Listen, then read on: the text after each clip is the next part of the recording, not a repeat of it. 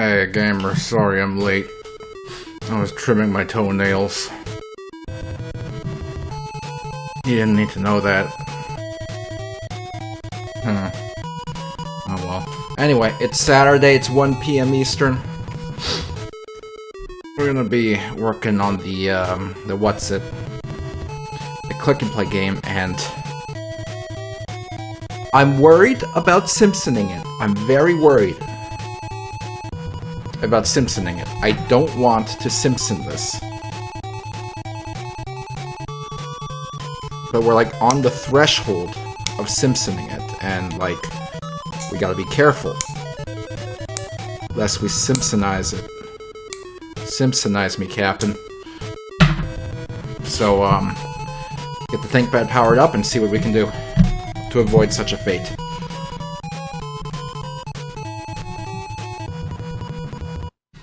Alright, let's see.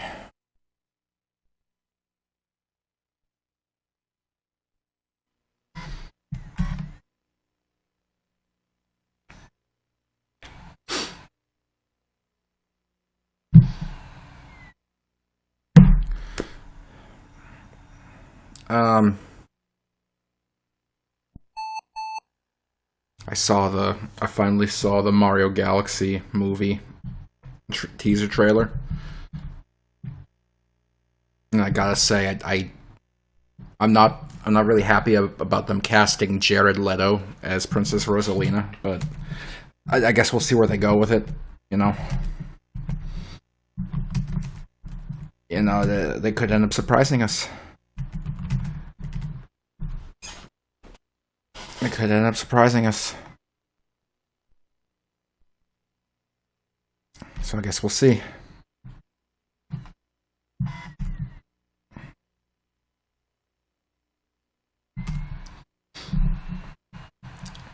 Come on, ThinkPad. Start the heck up.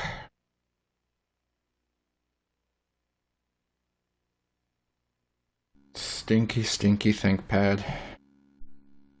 Any ideas for Tuesday's stream? I'm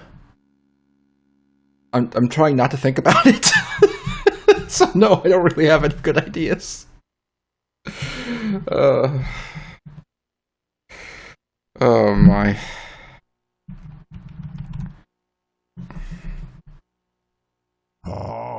Ding, ding, ding, ding, ding. Welcome to Windows 98. Why are you still using Windows 98? What is wrong with you? Stop buying computers from thrift stores, man!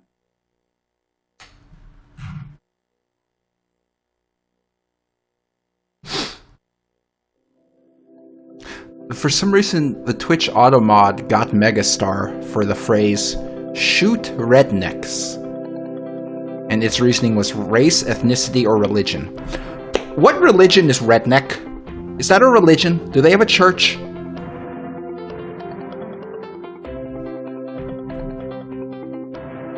Fucking ridiculous.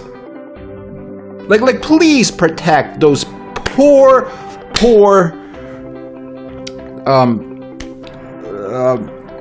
you know, prosecuted rednecks who are always just under the boot of everyone else. Clearly they need the help so badly. Thank you, Twitch, for protecting the people who really need it. Thank you.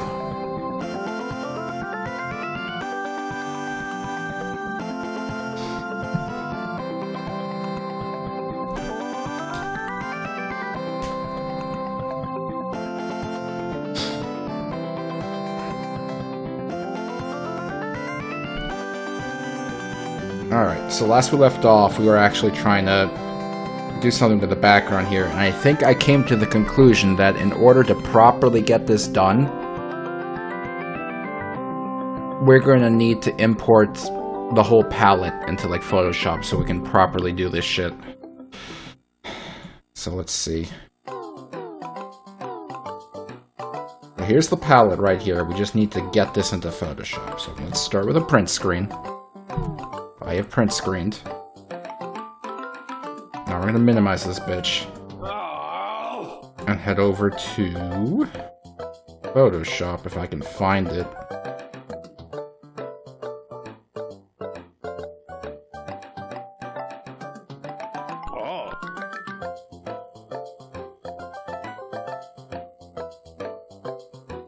There we go. Alright.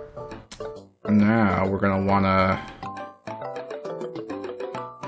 get a proper zoom, and we wanna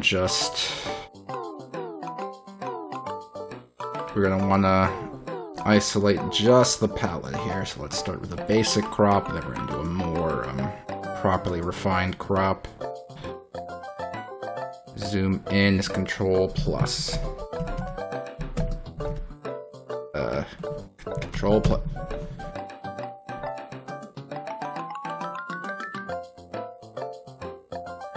Why is it not letting me zoom? Okay, Control plus minus. What? It probably wants like a fucking what do you call it? A numpad or something dumb. Oops. Alright, so let's try to isolate just the pixels. Not quite. Almost. Nope.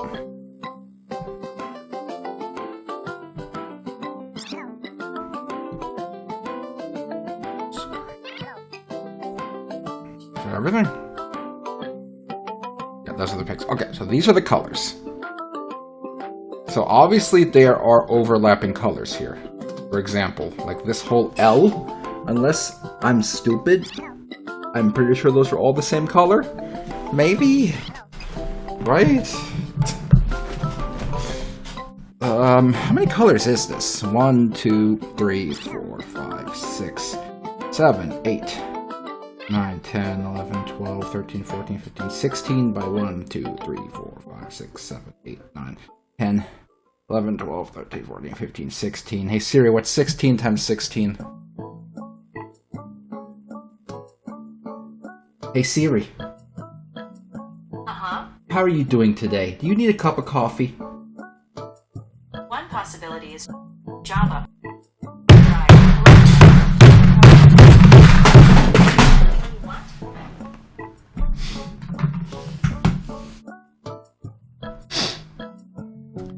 16 times 16 is a very big number. 16 times 16 is 256. Thank you, Siri. It is 256.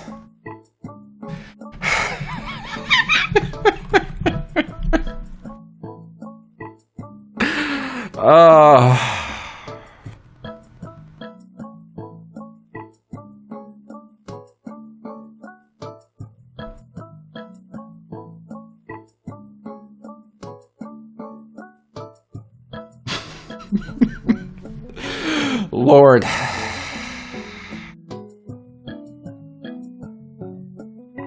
Where's the swatches? Where's the color? That's 0. 0. That's not 0. So these are all zeros. Well, I was right. These are all zeros. There's lots of repeated blacks on this palette for seemingly no reason. Cinco, shut up. I'm busy.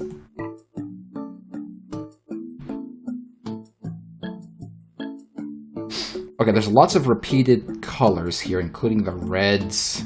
This is going to be tricky. I was hoping we could just say, okay, minimize this to a 256 color palette, but there's a lot more colors in 256.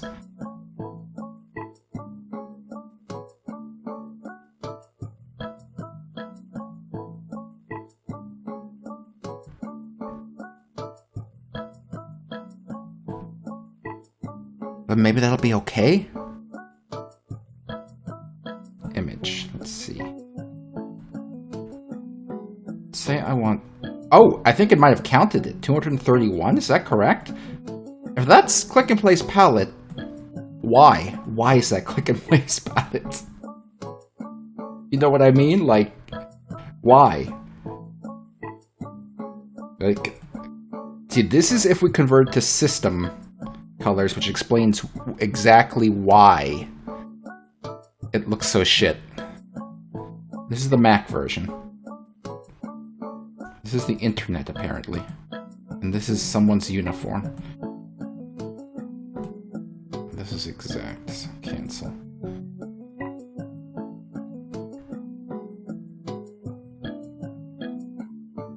Maybe we should trust its math and just assume that 231 is correct, and there's really that many repeated colors on this table.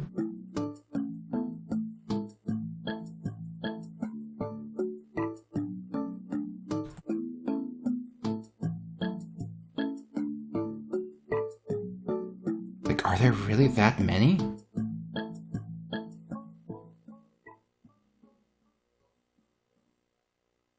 Ew. Who would use this as a palette? There's nothing dark.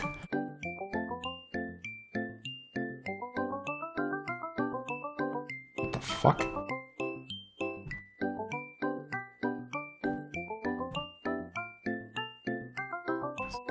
Okay, so theoretically... That just look... Wait. Okay. Does Click and Play really have that many shades of, like, red and pink? Look at this, like, so much of the palette is just shades of red and pink. Why? Why are there so few blues? Why is it so much red and pink? Why did they think that was a good idea?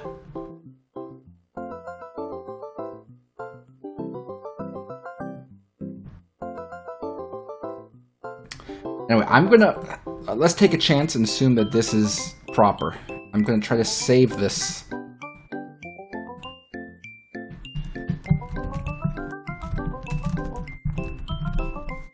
Save that palette. As Click and Play, maybe. Yeah. So maybe that's the Click and Play palette. I don't know. We're gonna close that. We're gonna go back to our background.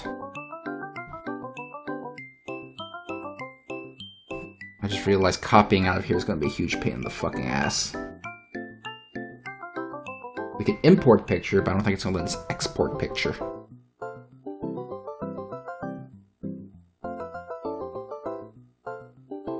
Just quite annoying.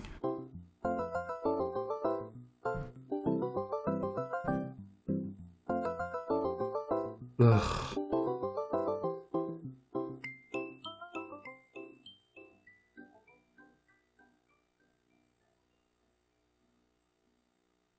Like, this is... Oh, it's so horrible to get anything out of Click and Play. You know, it might genuinely be easier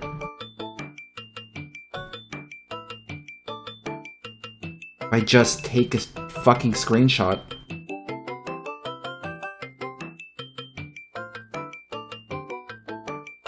Of like this. Why is this stretched out so far?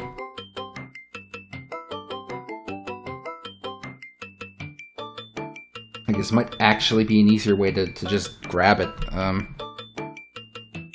Red screen. Let me put you back.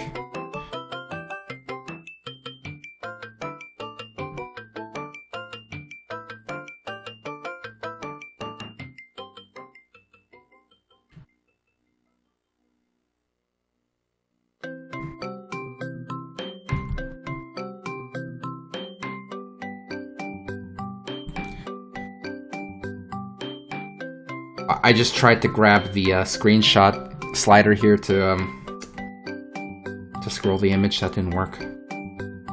Let's just do one of these. Just start things off.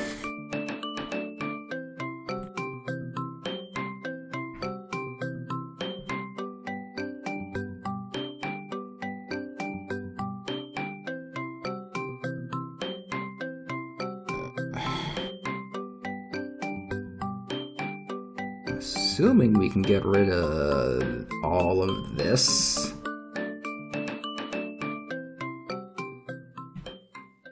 Or the other side as well. And after we do that, it should theoretically be 600 wide, maybe? Oops.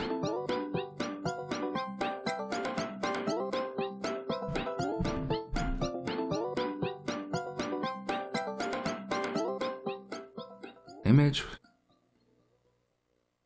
640, I mean.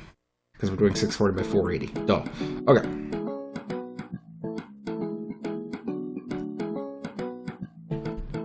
And then we can kind of make things easier on our... That's not right. Oh, no. We don't want a smushy, mushy brush. You want a pen. You want a proper pen.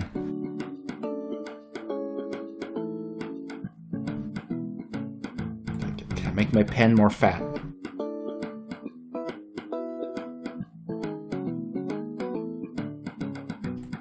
A fatter pen. There we go. Okay.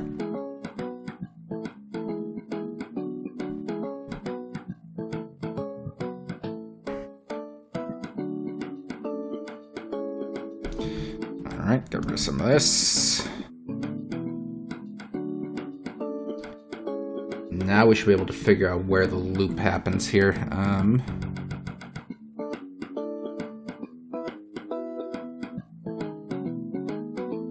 God, this sucks. Hold on.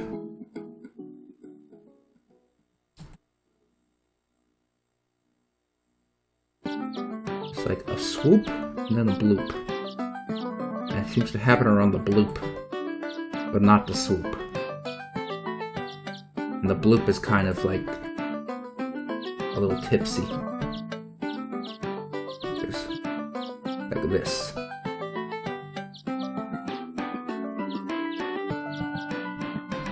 Let's see.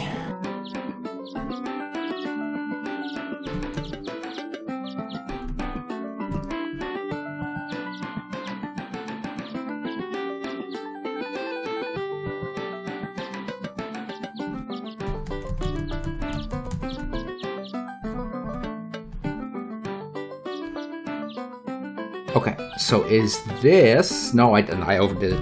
I overdid it.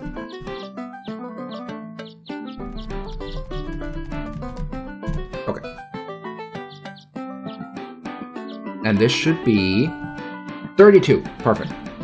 Did that say 629? I fucked up. Yep, I fucked up. Hold on.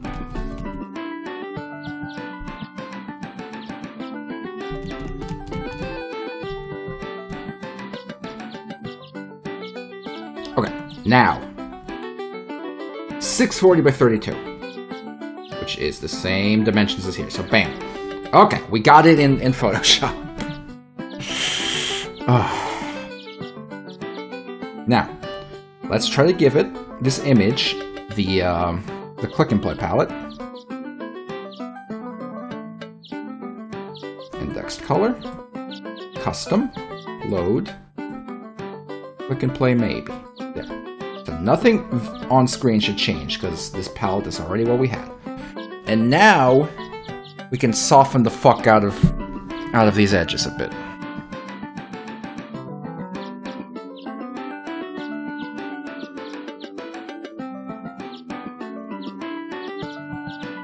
Okay, so where is the funny spray brush?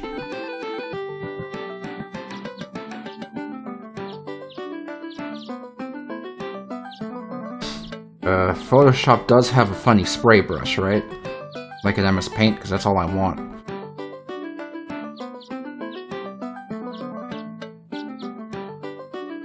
Oh god, does Photoshop not have a funny spray brush? Oh wait, here we go, okay.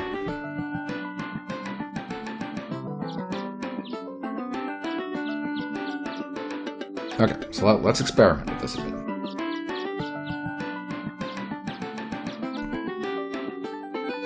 That's...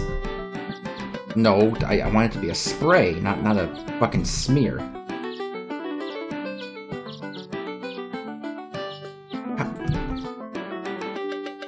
Under the paint tool?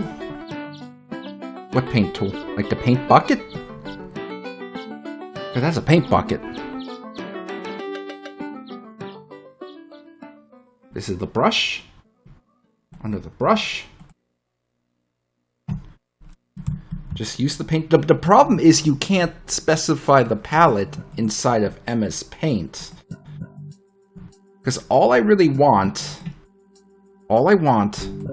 is this. I want this motherfucker. That's all I want. If I click and drag, I should get an alternate mode for each option. But which option? Like, which option is hiding the funny MS Paint spray can?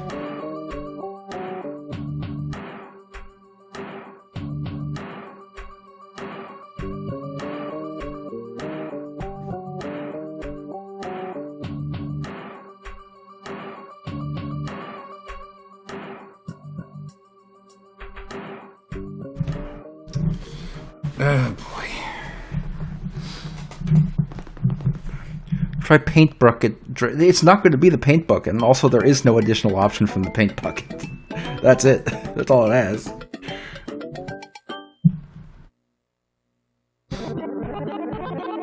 Okay, so right now this image is indexed color with supposedly the click and play palette.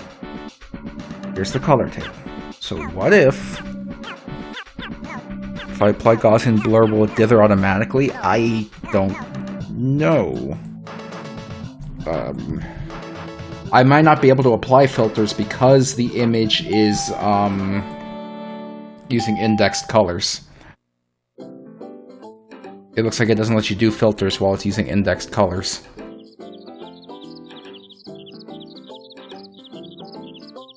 Although that is an interesting idea that I want to experiment with. Let me show the actual pixels. I'm going to change back to RGB color. Then I'm going to apply our Gaussian blur.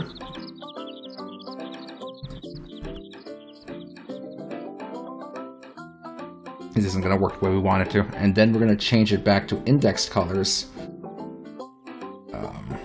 Custom. This one.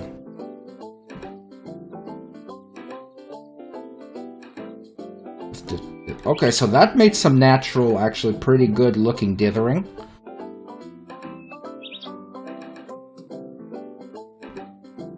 I mean, that's not bad, to be perfectly frank. It does lose a bit of the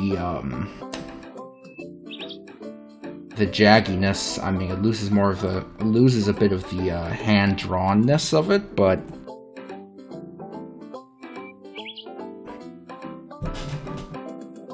it is dithered and it's in the palette. Now, I guarantee if I paste this directly in the click and play, it's going to crash.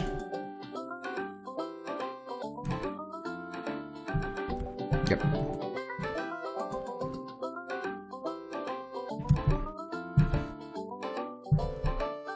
For some reason.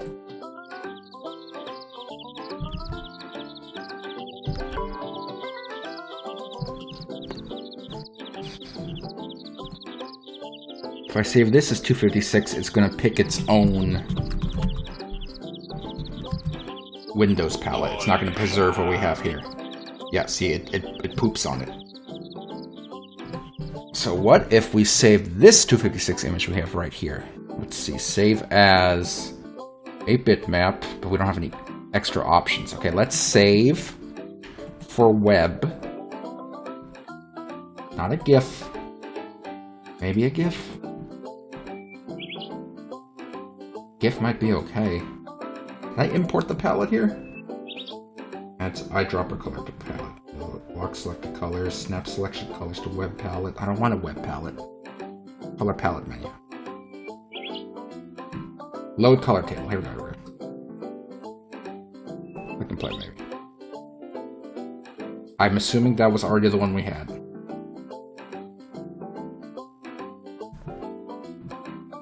So this looks unchanged. We're going to be saving it as a GIF. Zero lossy. Guess we can try this, right? It's the worst that could happen.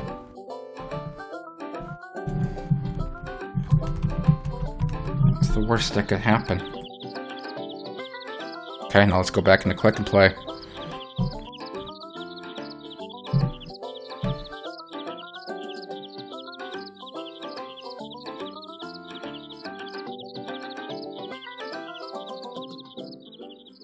Or in here, let's fix the weird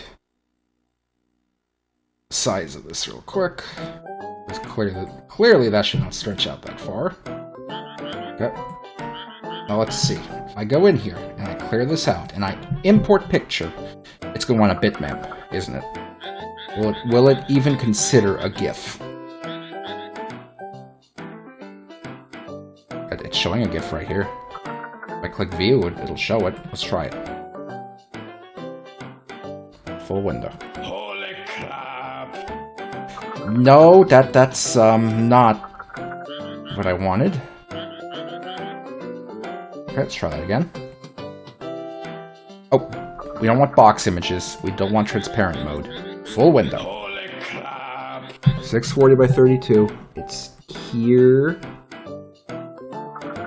I think it's identical.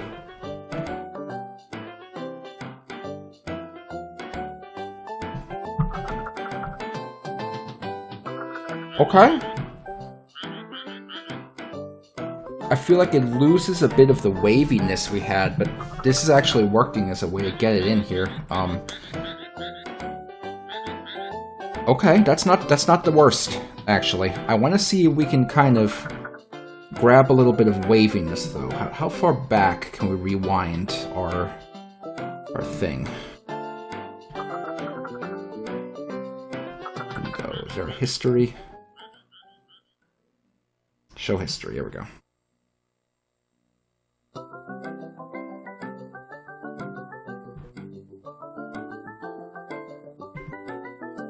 Okay. So. Let's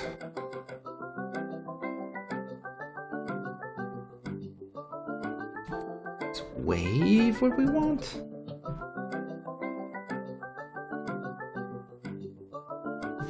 Kind of, but the thing is I can't really see what I'm doing.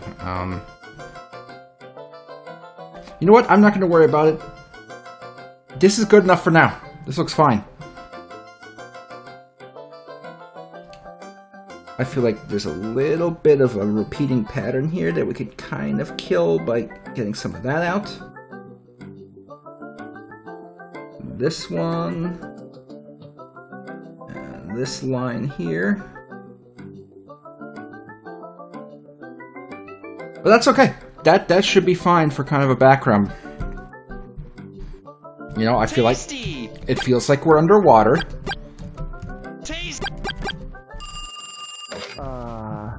Meow. It feels like we're underwater. It's got a kind of good dither gradient. It should be fine. That should be good enough, I guess. Okay. I guess that's good enough. So, we do have to consider the turning the health bar and the Garfield phone number into active objects, which really shouldn't be that difficult.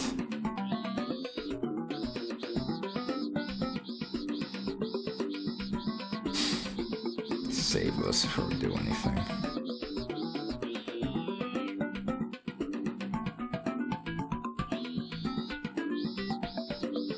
There's one more thing I want to test now, though. Oh.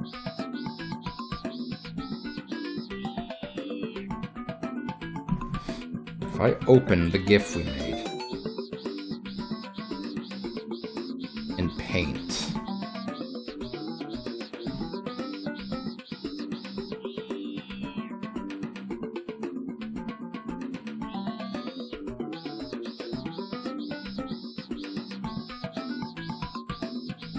Holy crap! can't. Okay, I was hoping. See, what I want is I want to actually be able to do the editing in MS Paint, but I want to be locked to the click and play palette.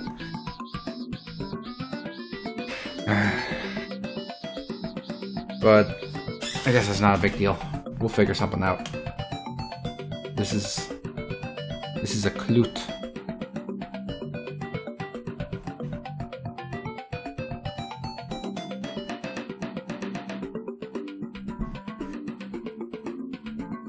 See this?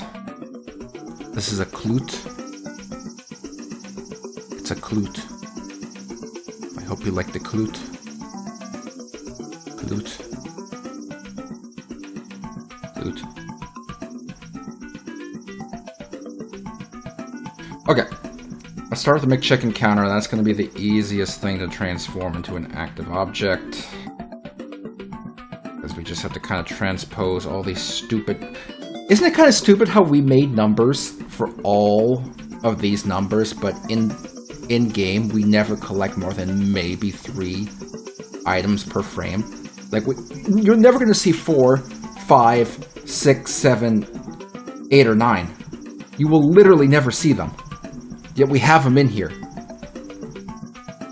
That's my fault. It's not my fault. There's too many things to collect. Where's the hotspot? In the center. Guess it's okay.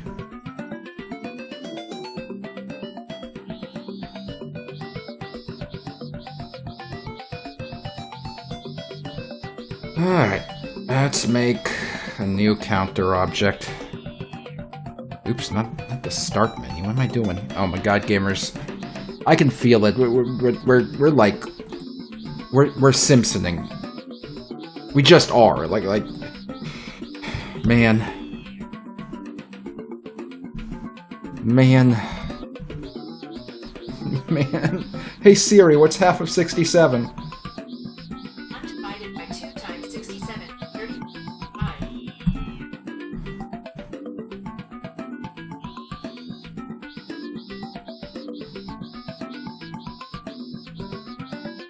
Okay, let me get this positioned better.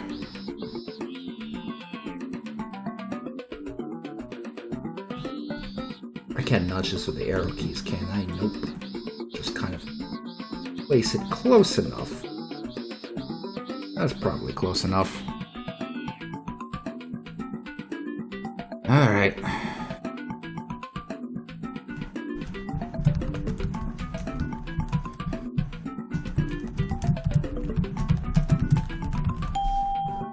Count D. Let's grab the other values.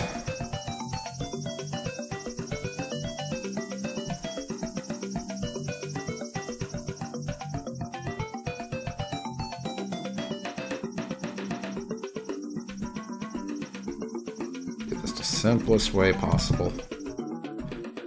And the annoying part is going to be doing this.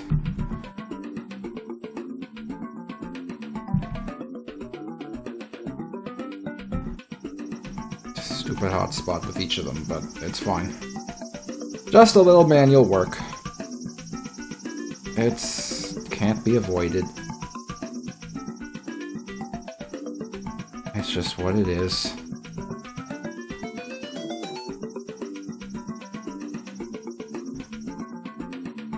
Ooh. Oops.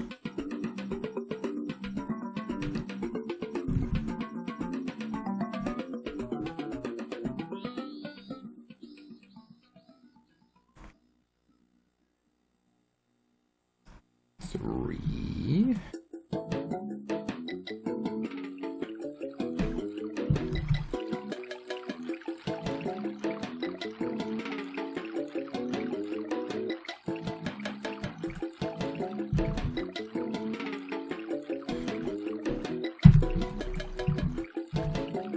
I'm almost certain I manually placed the hotspot for these when I actually made the counter.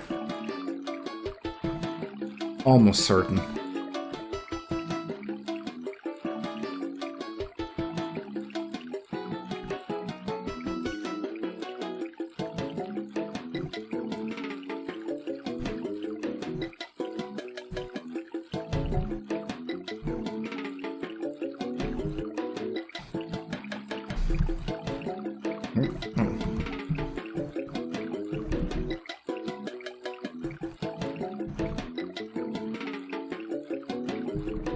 Yeah, that looks centered enough. Alright.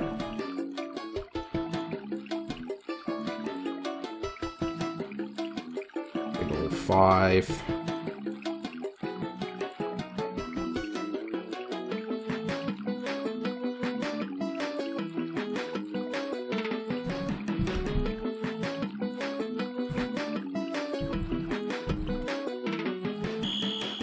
I don't know why I'm continuing to do these numbers we will literally never use.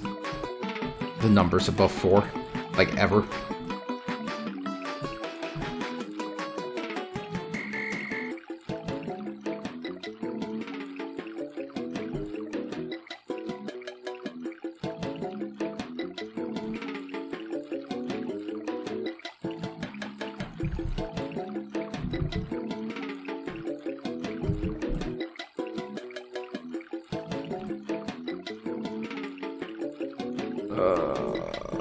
Seven.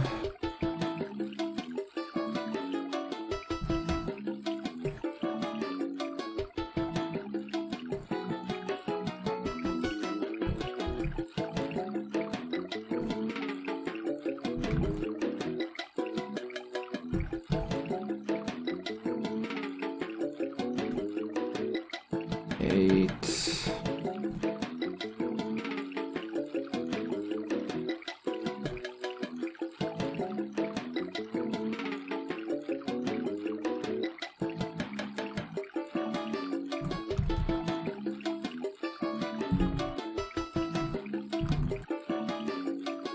And last one. 9.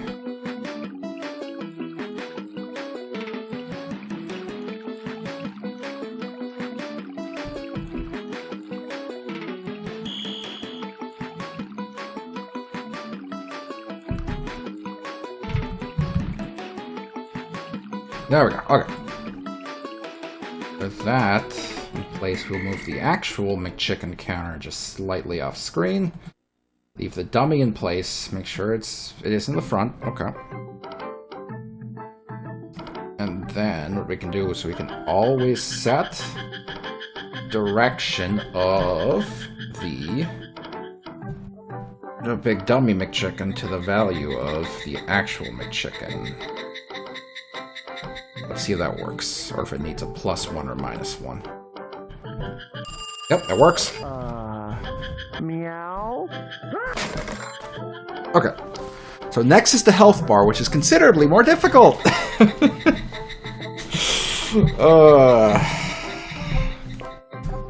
Tasty. Tasty.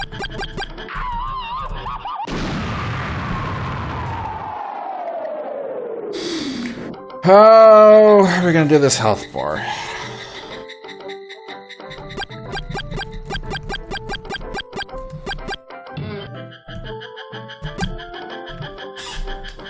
How the fuck are we gonna do this stupid ass health bar? 'Cause right now it's out of 100. It's out of 100. An active object can only have 32 directions.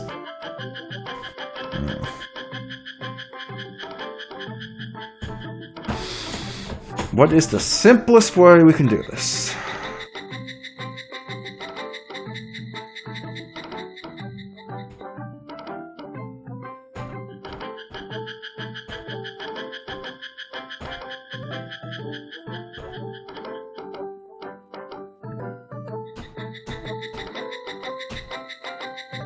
Alright, come on. Use your brain. Use your brain. There has to be a very simple way to represent this health bar using an active object. There won't be either a coding nightmare or a tedious mess.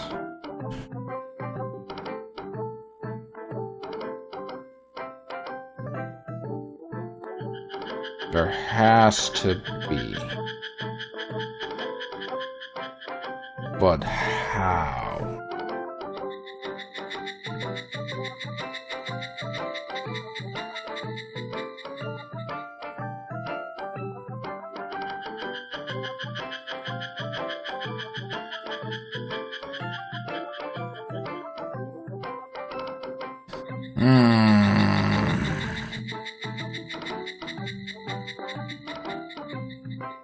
And you know what? I'm almost certain that in the games factory this isn't an issue and you can have counters in front of active objects. In fact, let's test that right now, just so we can be even more angry and frustrated.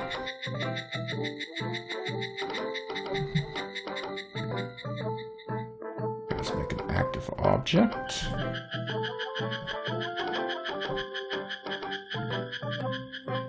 There we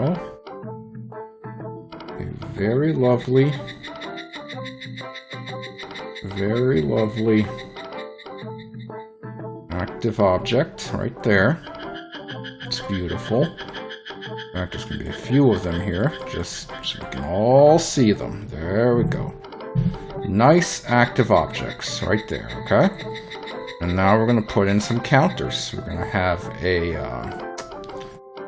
some numbers that are not a very good color. Let's make them yellow. Arial yellow 20. There we go. I said yellow. There.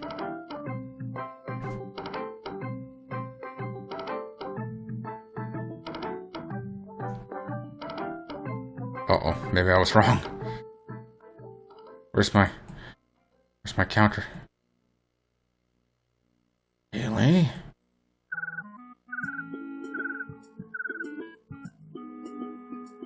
Oh, wait. See?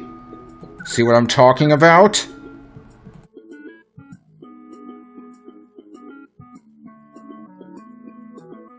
By default, it's like, oh no, this isn't gonna work here either, but no. Ew, why does it look like shit? Why does it look like shit? Oh god,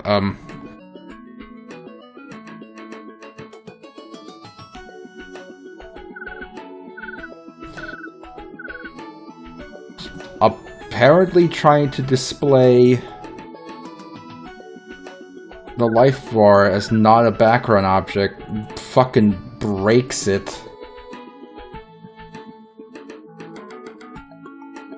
Pretty badly.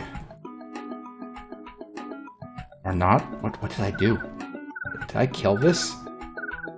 Oh, wait, I know. I might know what it is. The initial and the maximum. Hold on.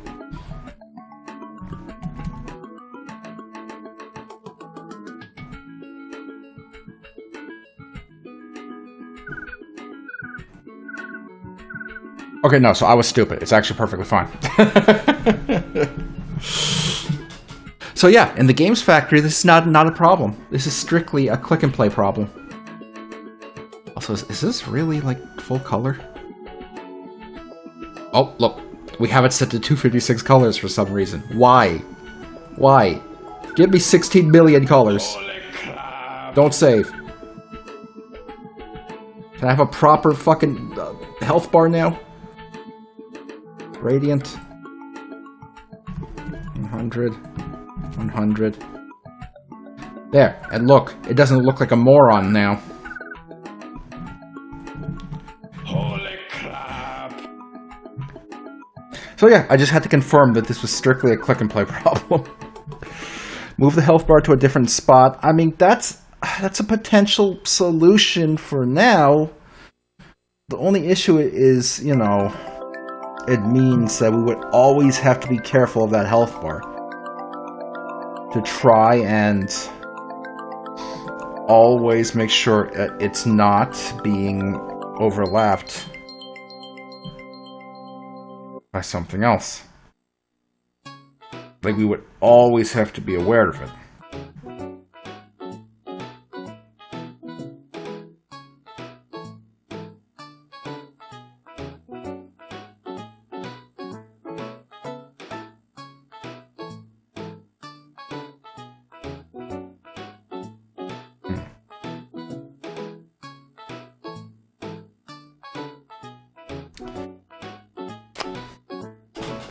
Okay. There has to be a simple way to do this. There's gonna be a simple way to do this. That's not gonna end up with me just moving the health bar like a lazy hoe. I'm not gonna be a lazy hoe and just move the health bar. I can't. Tasty! I cannot bring myself to be a lazy hoe. Meow? So what's the solution here? What's the solution?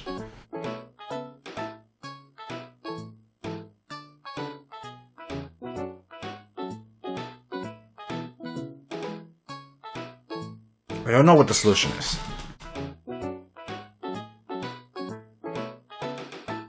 I don't know what the solution is.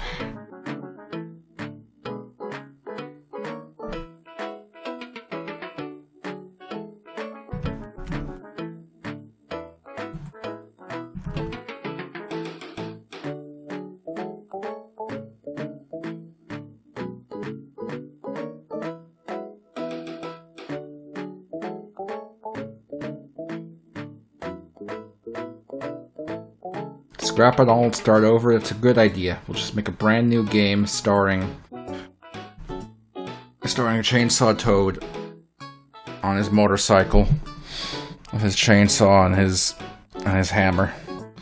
And he'll do sick tricks and he'll murder people.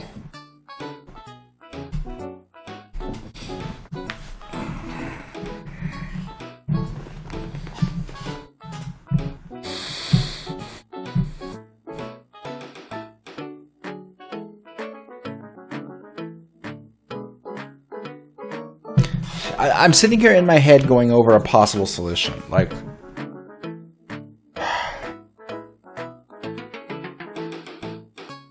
okay, so I don't see. Part of me doesn't want to explain the solution because I really don't want to do any of this shit. I'm just so pissed off that this has to be. So in like think of the Super Nintendo, the Sega Genesis. Those two consoles, think of them. Are you thinking about them? Good. Okay, they work with tile-based graphics. Everything is a square. Absolutely everything is made of squares, all lined up to touch each other. And there's nothing you can do about that. Everything, more or less, is squares, for efficiency's sake.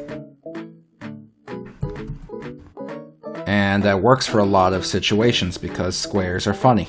But then think of one of the most popular games, maybe the most popular game, multiplayer game at least, for the Super Nintendo and Sega Genesis. Think of Street Fighter. Playing Street Fighter, you and your opponents have health bars. And those health bars, while rectangular, they don't move in chunks. They slowly go down, draining like that until they get to the end. How the fuck did they do that? So the way they did that is, you know, you have all your squares, each individual square, and the brain dead way is to cut off a square every time you take damage.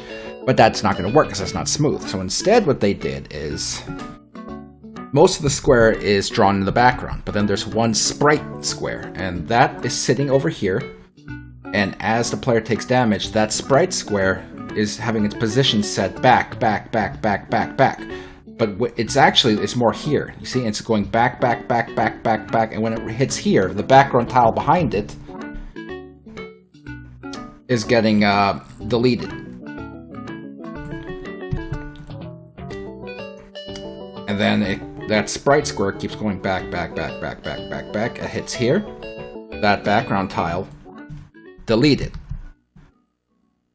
Back. So that's another possibility. What we could do is we could set up a big chunky health bar here. And then have a single square at the lead. It goes back. And when it gets far back enough, the health bar's animation gets changed so it's a little shorter. Then, you know, that health meter can keep doing what it's doing. So that's possible. And I really don't want to do that because that's a huge pain in the ass. And we also have this gradient on it, which would be a huge pain to preserve if we did that.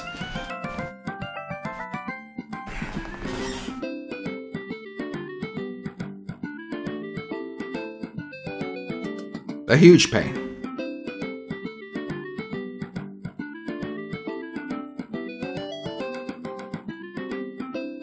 But that is one way to do it. That is how they used to do it. Holy crap!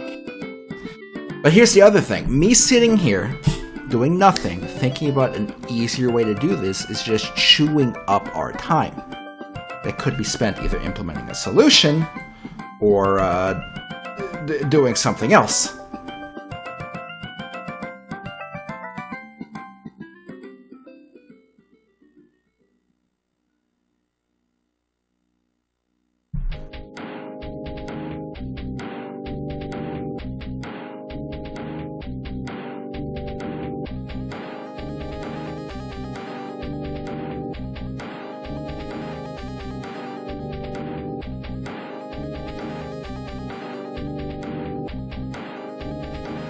Okay.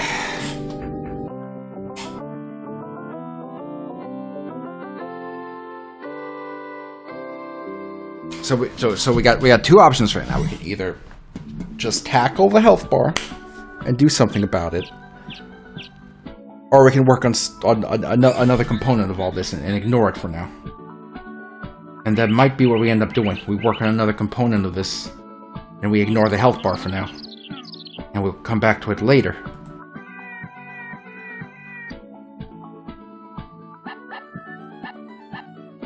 So that we don't end up sitting here shitting all day. Okay, so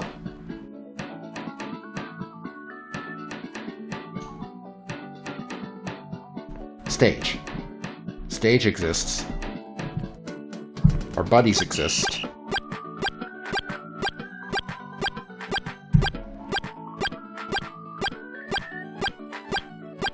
They all exist.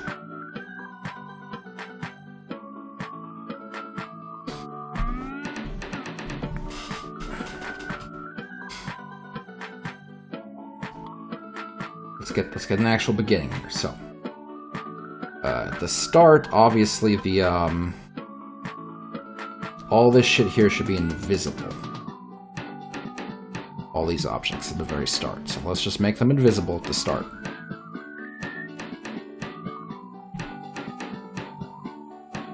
Object invisible, portrait invisible, words invisible, name tag invisible.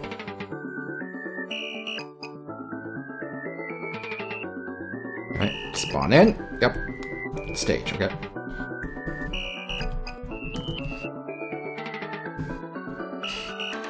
Okay, so now we're gonna need to bring in some enemies, some simple little ploppers to shoot at to start us off. So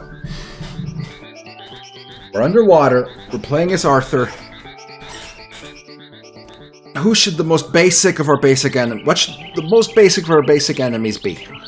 What should they look like? Should it be someone specific? Shingo, you can't just put two character names together and assume it means something. Toad Luigi does not mean anything. That doesn't mean anything. Echo, a goldfish, Aquaman. Those are possibilities. Seaman. That's another good possibility. Luigi in the frog suit. That has nothing to do with Toad. You saying Toad means nothing. Toad is the little guy who shrieks and screams, and Princess Peach like lobotomizes him when he gets bored. When she gets bored. Frogs are toads. It's called the frog suit. Read the manual.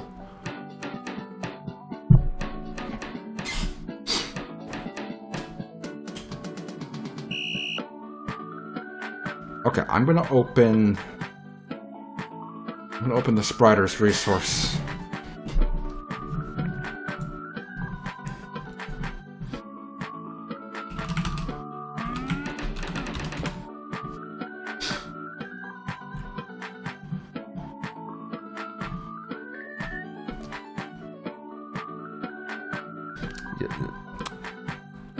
Have you ever heard of an Insaniquarium? Because this is your fish in a Insaniquarium. That's a possibility.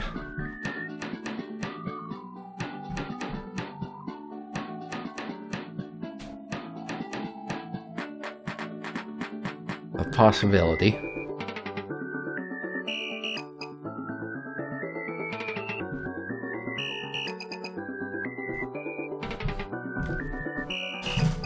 Let's see how poorly the Sprider's Resources current website is going to work on this browser.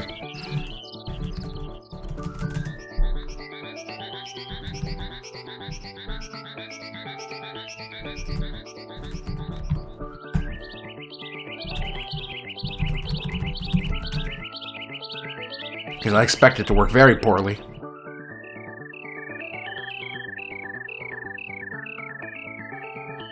And to spend a long time loading nitropay.com for some reason. Wow. Beautiful website. Wowee. This has really benefited from that upgrade. Really benefited from that update they did.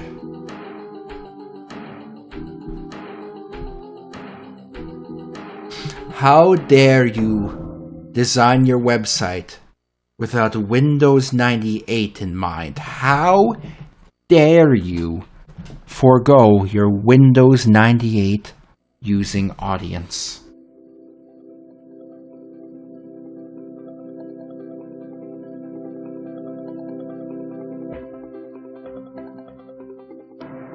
This is a fuck. It's literally unusable.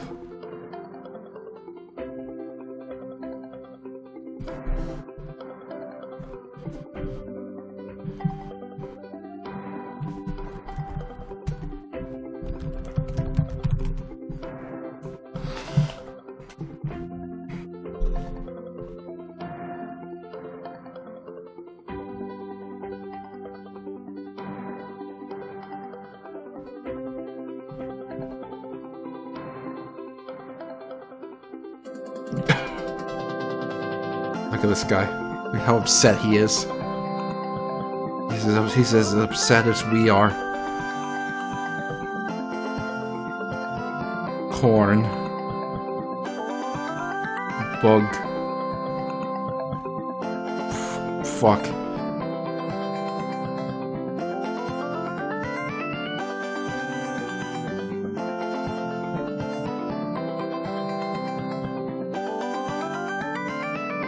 Okay.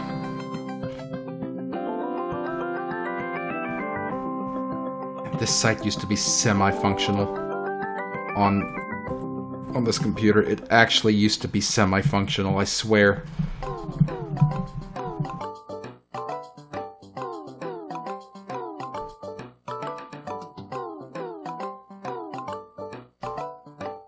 The internet should have never become this. HTML was enough. We didn't need all the other things they put on top of it. We didn't. It was not necessary. iCarly.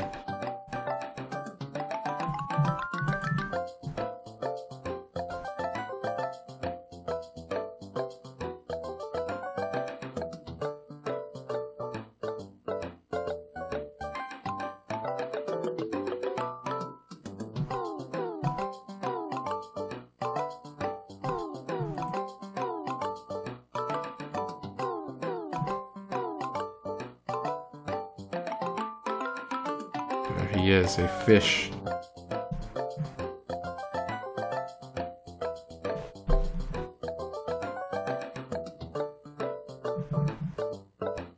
I will have one fish, please.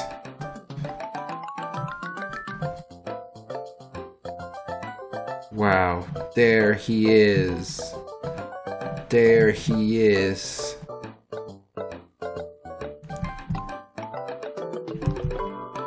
There he is.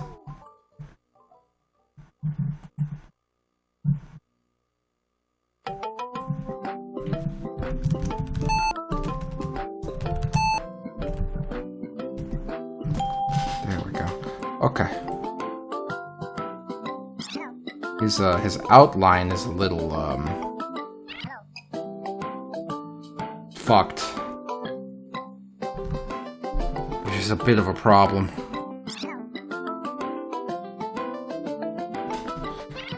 When I copy and pasted him, it didn't account for the outline.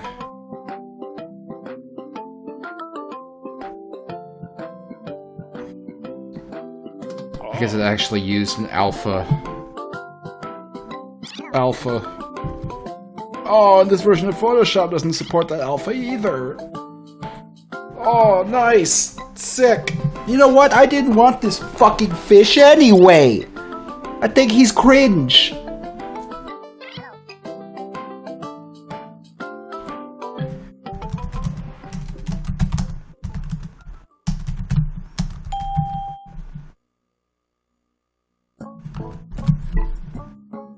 I didn't want this cringe fish anyway.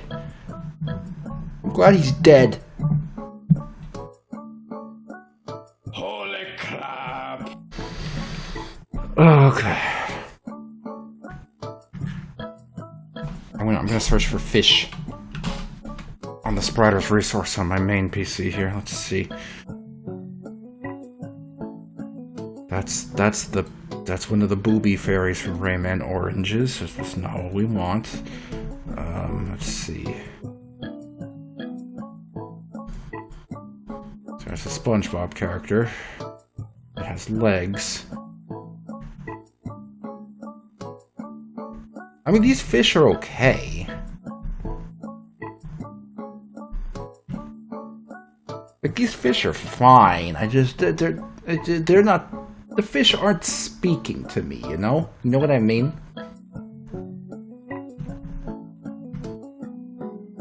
Like, these fish aren't telling me anything. They're there.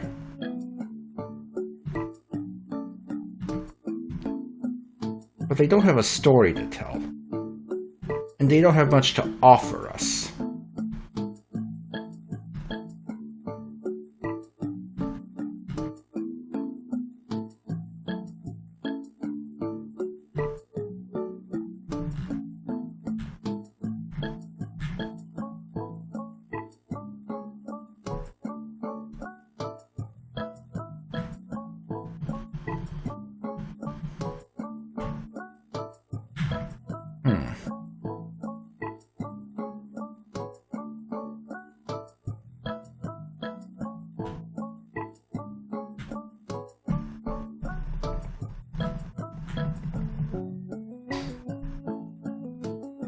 I think we should fight a toaster. What if we fought a fish coming out of a toaster?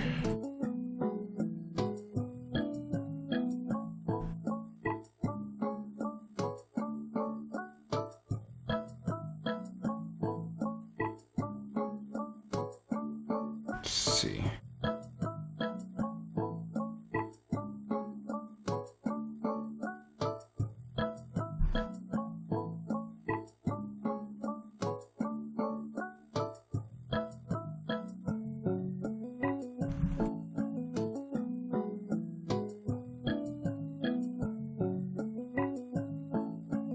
Okay. A little shorter. A little rounded off here. And then there's gonna be like a fish.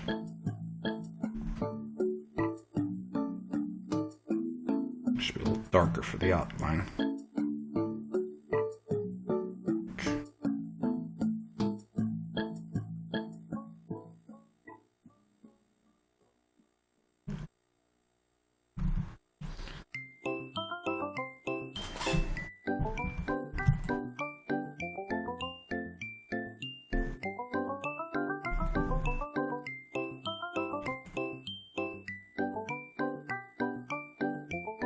Okay. Okay.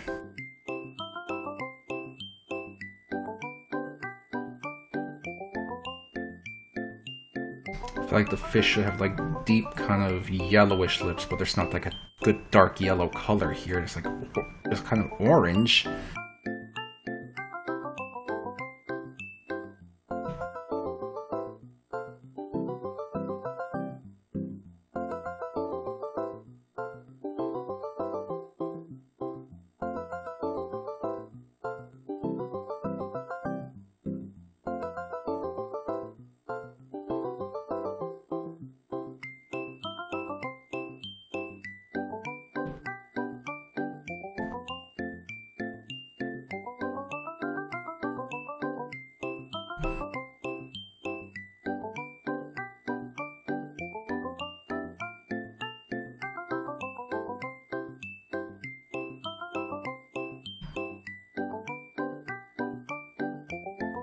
Okay, okay. I'm gonna need like a fin coming up on his head.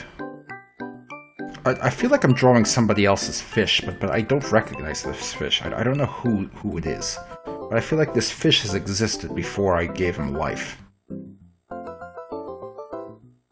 If that makes any sense. It probably doesn't.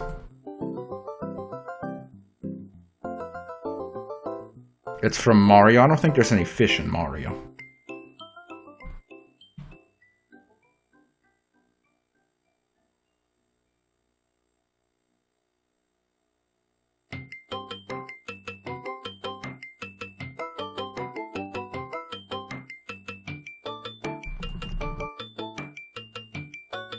Or maybe it does look a little bit like the fish from Kirby.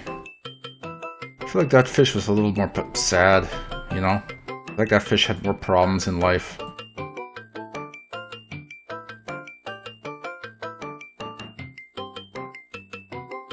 We need this kind of pattern to represent his scales.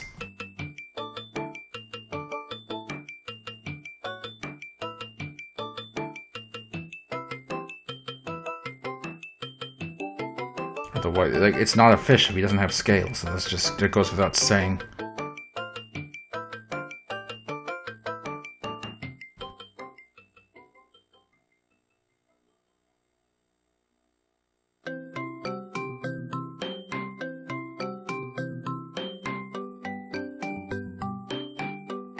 Okay, now this toaster has to exist a little harder.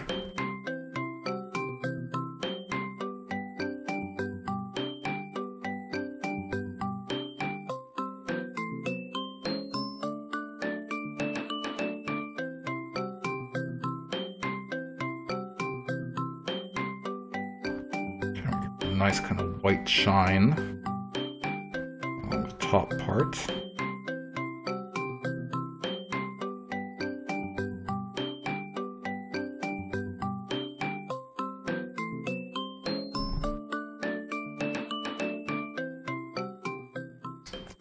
I believe the toaster needs a handle. There we go.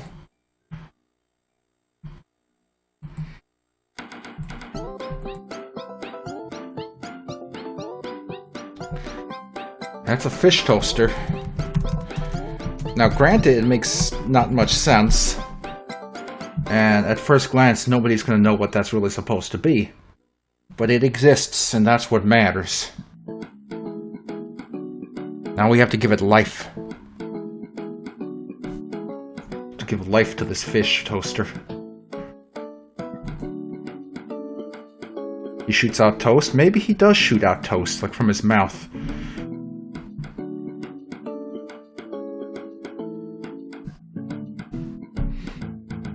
It's thinking.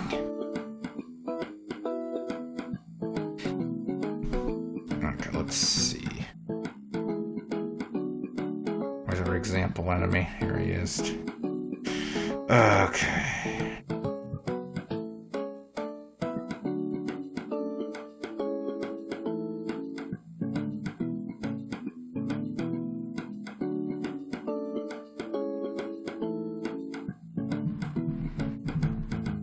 Two, 3, 4, 5, 6, 7, 8.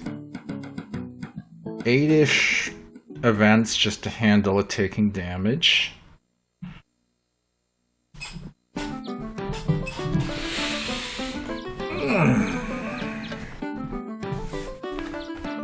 Eight-ish events just for it taking damage. We have to consider that that's just for it to be able to take damage. And to damage itself. Okay, okay. Okay.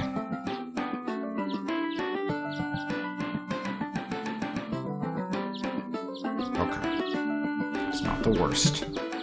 It's annoying, but it's not the worst.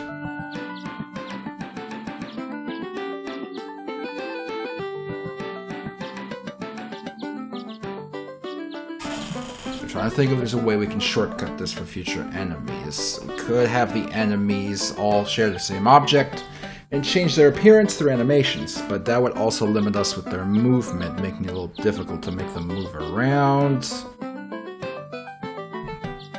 in unique ways from each other.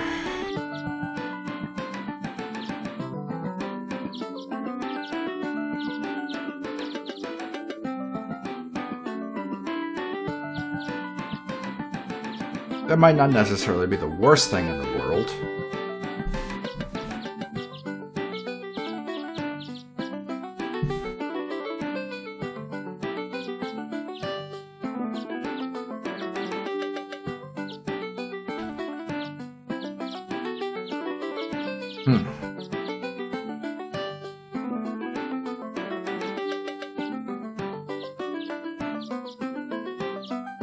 We could do it in... We could do this in like almost templated objects where certain enemies that we know are going to move in ways very similar to each other share the same object. That wouldn't be so bad.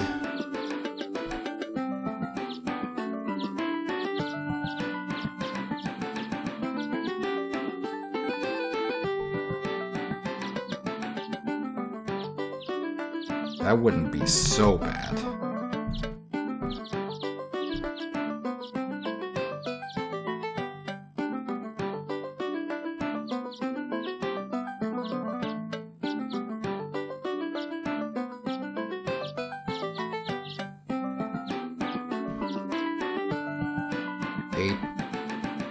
Events.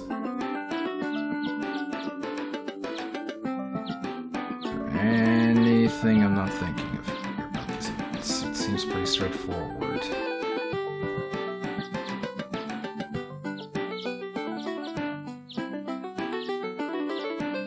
Okay, just gonna do it. Just gonna do it. Okay, collision between shot and enemy, and stop display. Oops.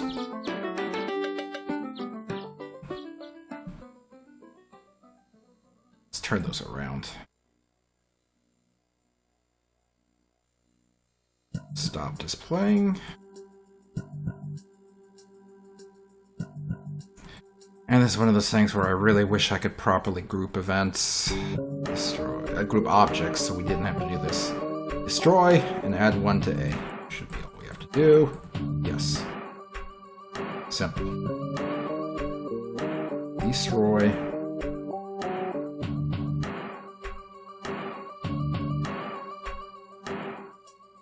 Add one to A. Okay, and then the other three, which is going to be for hyper shot and charge shot. The only difference is add 2 for the hyper shot, and then the charge shot does something different.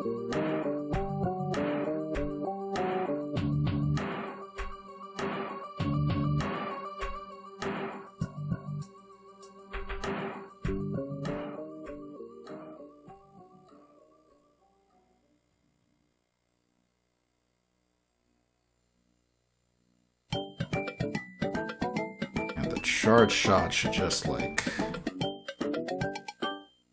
Wait a second. Okay, we do also have an event for the charge hyper shot. I wasn't sure if we did. That's good.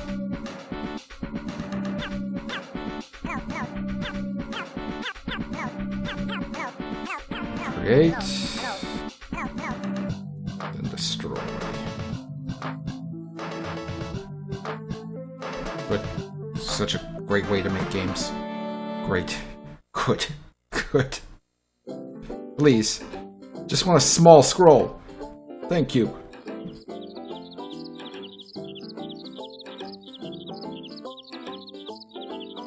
Charge hyper shot.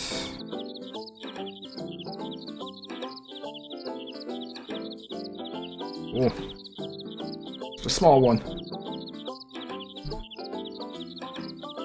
Alright. Alright, then this nonsense. When the dingus is overlapping.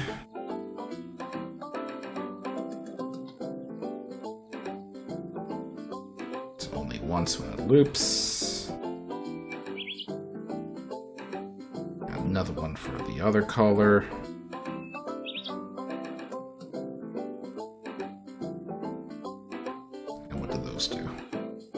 add 1 or 2 to value A.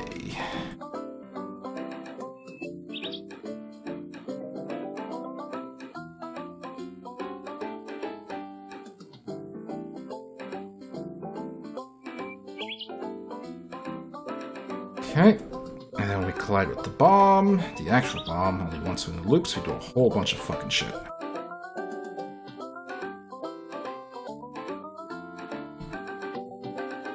We play the sound, play sound, create an explosive, and destroy the bomb. We also flash the explosion. I guess. Okay, we'll do that.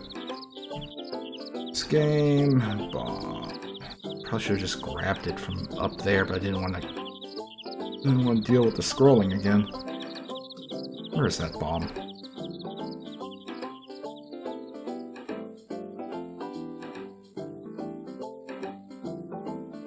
Where the fuck is that bomb? Well done. That's not it.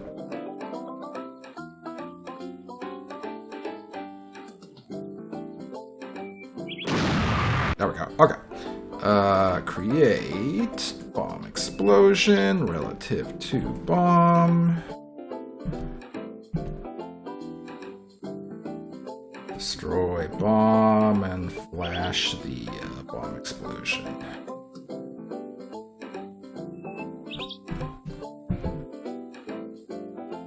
Okay. And then for overlapping bomb explosion. Where is it? Loops. We add 100 to value A, so it gets destroyed for sure.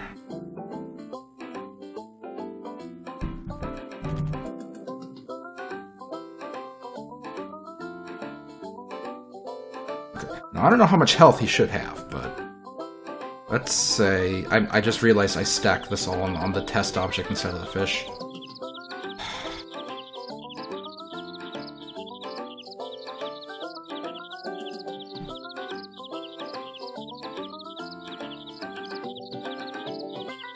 That's great.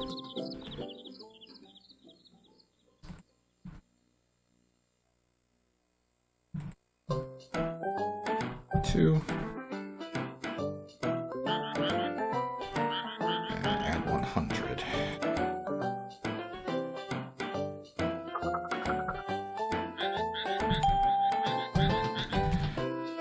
Okay, so let's make it so he can die. I don't know how much health he should have, but let's just test it with, I don't know, 3. We'll tweak it if needed.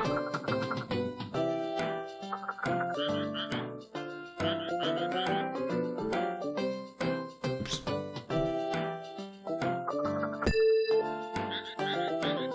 Quick. Oh, there we go, just a quick thing. Don't even know if we're gonna keep it.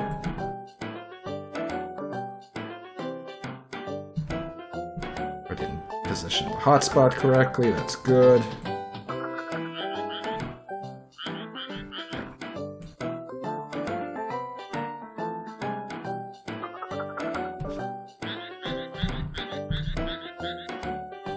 Alright, so this fucking fish should be murderable. Yep, okay. So we want him to shoot a bullet. Which is gonna be toast. 16 by 16 seems fine.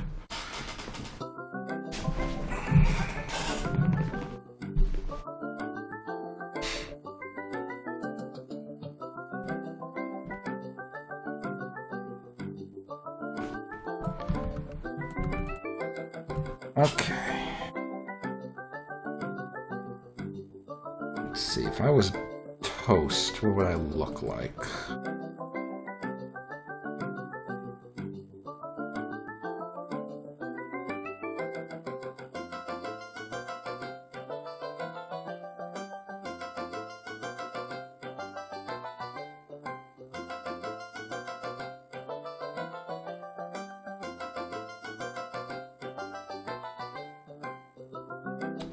More bread than toast. So we're gonna have to darken this up a bit.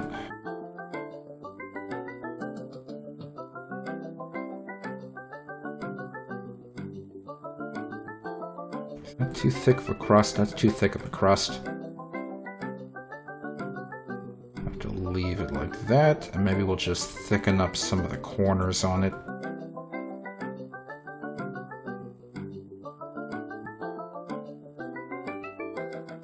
Okay, this toast needs to be a little darker.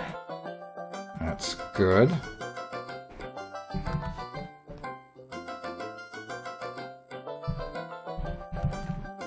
Go. That part doesn't need to look as rounded off. Like that part doesn't really either. In fact, it almost looks too kind of shapely there. Let's do that to it. Okay, how about some scorch marks?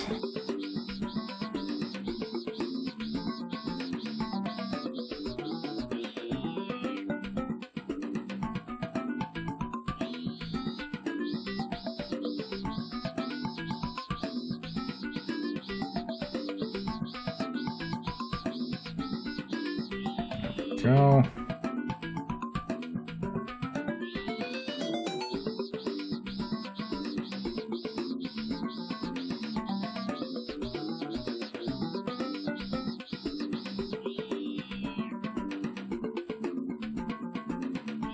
Oops. Okay. Maybe the scorch marks are a little dark. Brighten them up just a touch.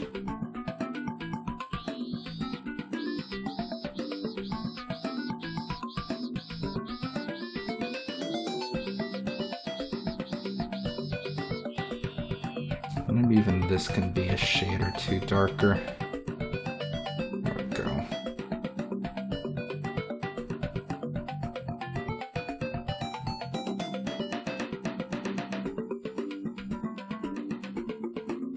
So do we want him to shoot every 2 seconds?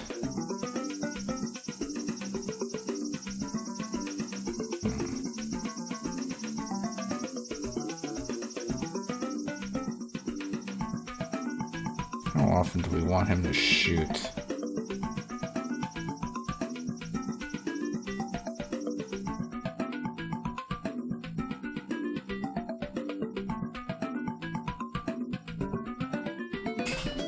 I don't want the enemies to shoot simultaneously.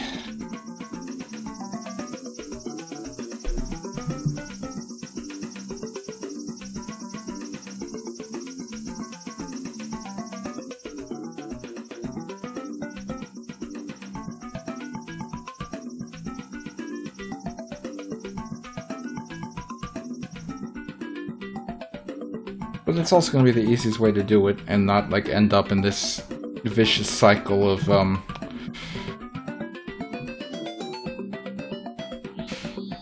whatever the fuck we're doing.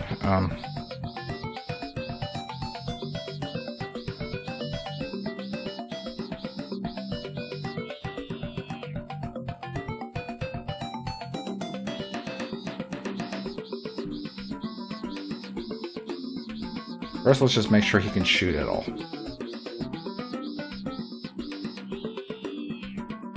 Okay, it's from the wrong part, but he is shooting. Okay.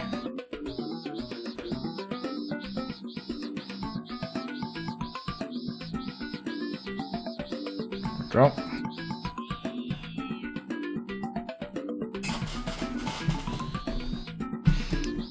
I want these guys to be basic, so I just want them to have a very basic shot rather than something they can home. Okay, I want the bullet to actually look like something. Let me see if we can do this easily, or if it's gonna be a nightmare. Let's see. Can I get the animation direction? Current frame, current animation, finish. See, I'm not sure if this is gonna respect the direction the way I want it to. Let's say if it's facing right, we'll change it to look a different direction, just to test if this works before we implement the fish into the equation.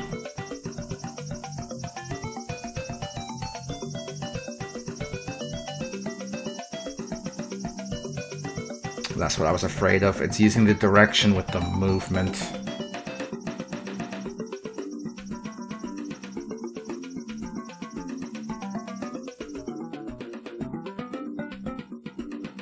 Okay. So let's also, let me put 2 fishies here.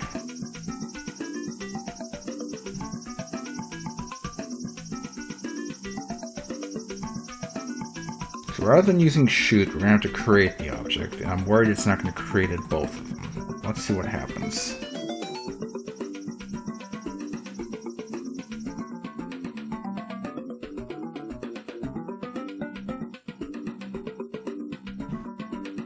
What if every 2 seconds we create a bullet relative to fish's action point?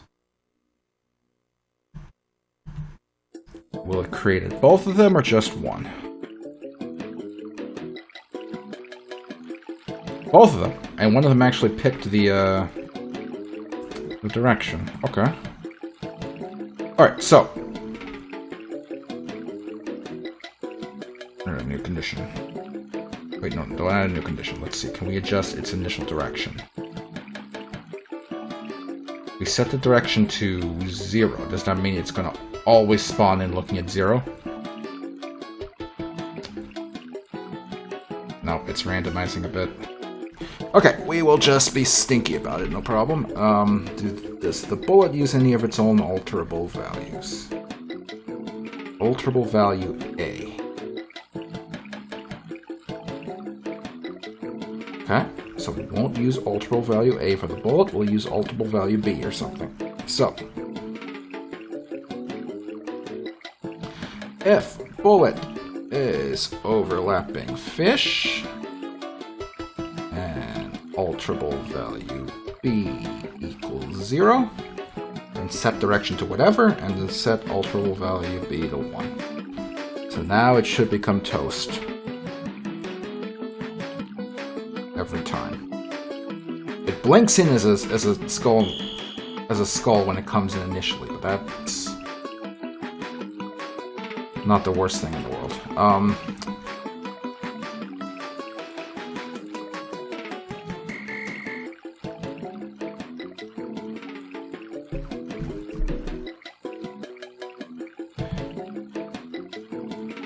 Okay. If this alterable value equals 1, we're just going to have it move downward.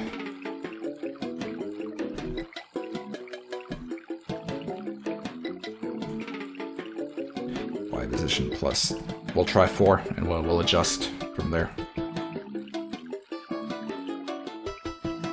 Okay, 4 is too slow, but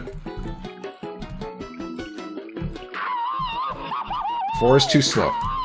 So we'll double it to 8, and we should be okay with that.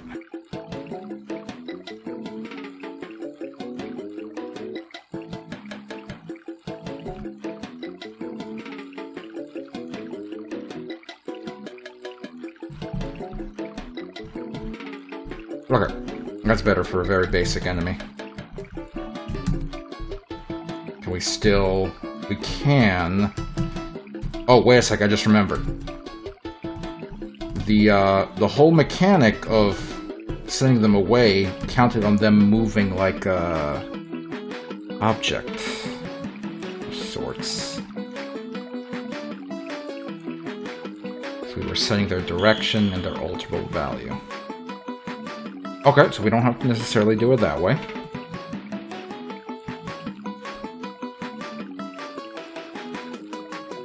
But we do because the directions are being used as animations, so that's also not a big deal. That's also not a big deal. We'll just, you know, whatever.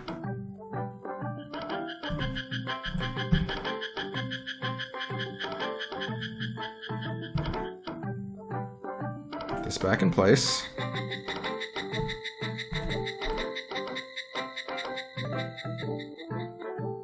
Okay. Let's look at that again. So it sets a direction, it sets A to 1. When A equals 1, it's being flung away.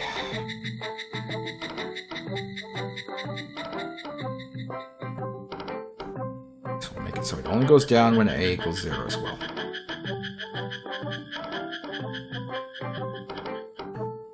Get rid of the direction part of this.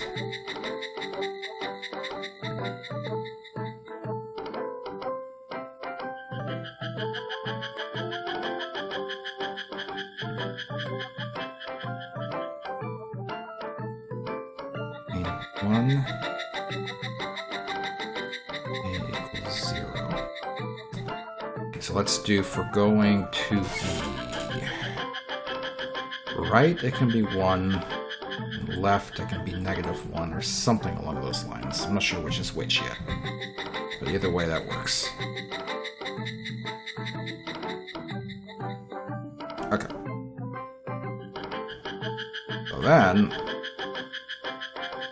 if A equals 1, and if A equals -1, that should restore the fling movement.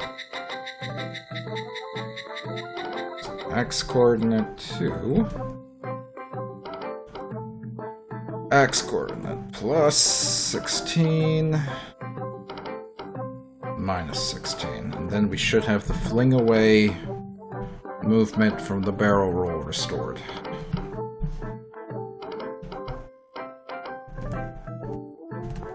Yes, we do.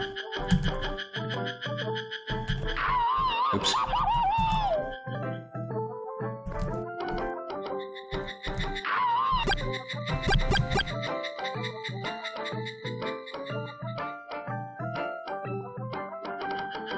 And these guys should still be killable.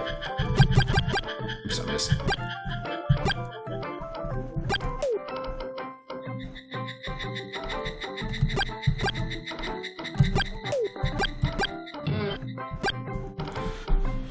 Okay, so now we just want to give them a very simple movement. They're not going to move around too much, because we don't want them to move around too much. They're supposed to be very basic enemies.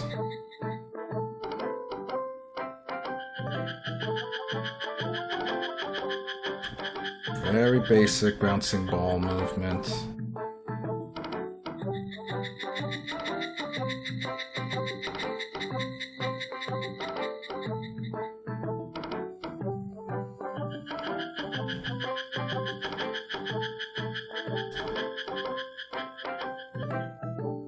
Let's piggyback onto one of these timers and just see about changing their direction very slowly.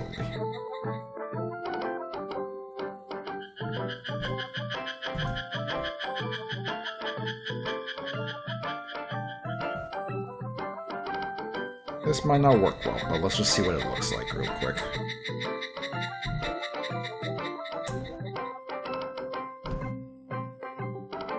Not quite. I mean, it's okay. It makes them very easy to hit still. It's not quite what I want.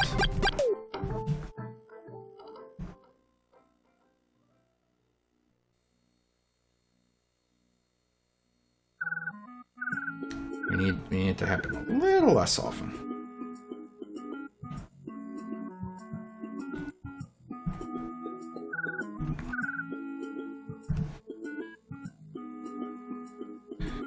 Direction. Keep experimenting with this. See what we can get out of it.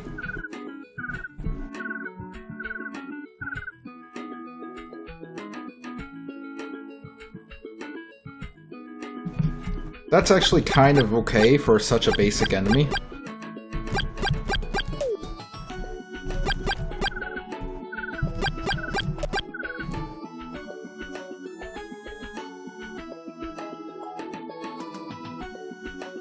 But another thing is we gotta remember this is gonna be kind of have a fake scrolling thing going on. So we want it to look like they're coming in from the top of the screen when they're spawned in. So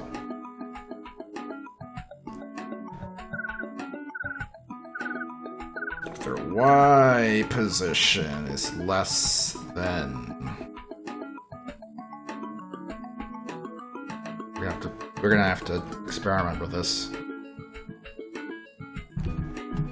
Let's try 120 for now.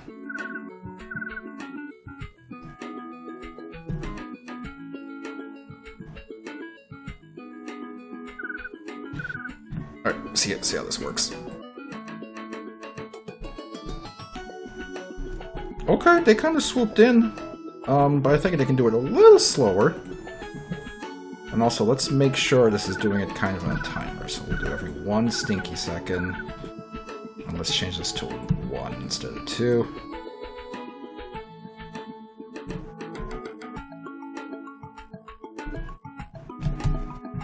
Yep, they're here.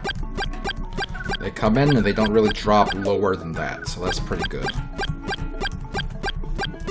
Let's put a bunch of them up here just to see what it would look like. Just to kind of get a feel for what a whole slew of these fuckheads would be like.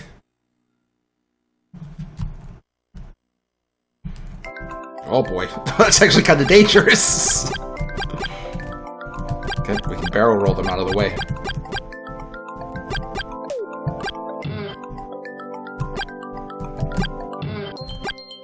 Oh boy. They're actually kind of dangerous when it's that many of them.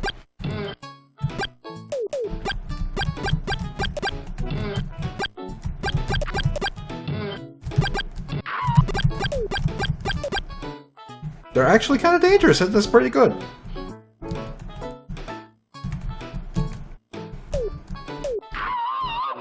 I kind of wonder if it would benefit from the work it would take to make them not fire simultaneously. I'm just not sure if I want to put all that effort in, because that would not be a simple thing.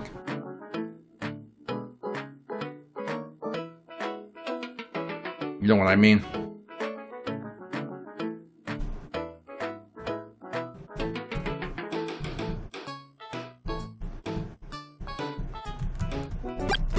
Because it is a little lame to have them all fire at the same time.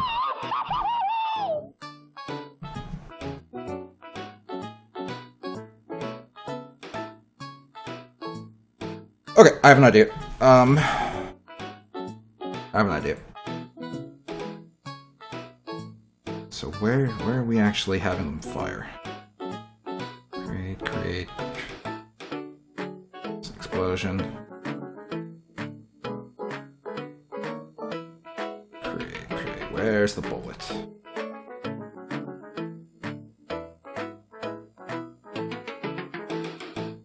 There it is. Okay, so let's try this.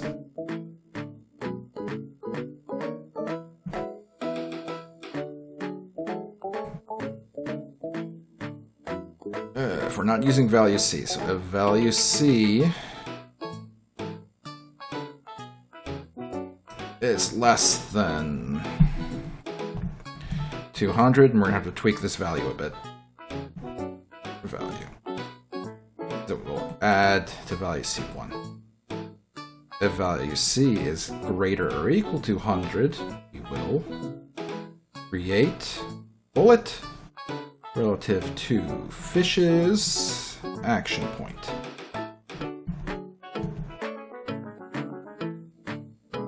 And reset the value C to 0. Okay. Okay. Are we using any of these other values other than A? I'm not.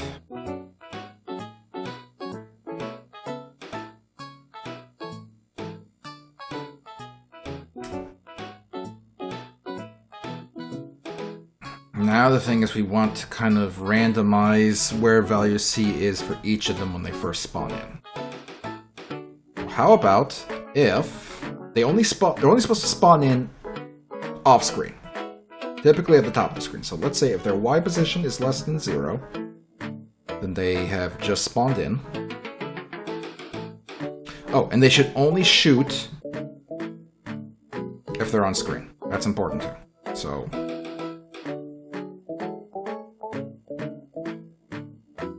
they have to be in the play area. Okay. So if they're off screen and only once when this event loops, We will set alterable value C to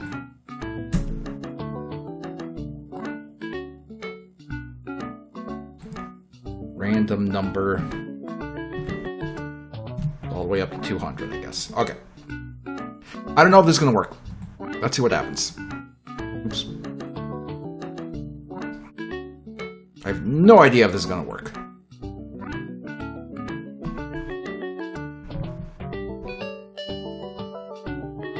Okay, I think it's actually running something way more often than it should, and now we're here, and they're actually shooting on different timings. Okay.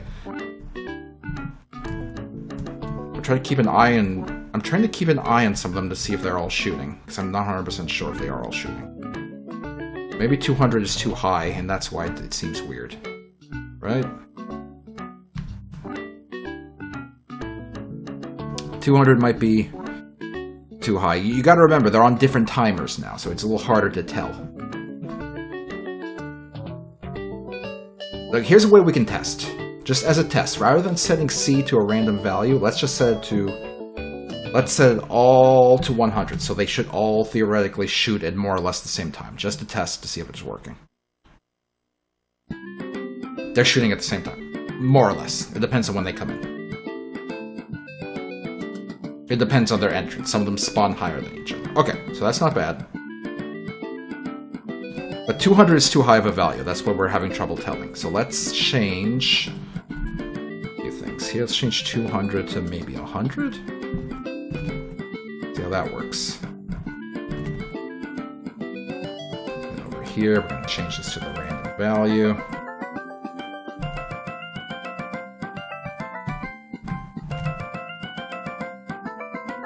Okay. And if this doesn't work, we'll go to 150.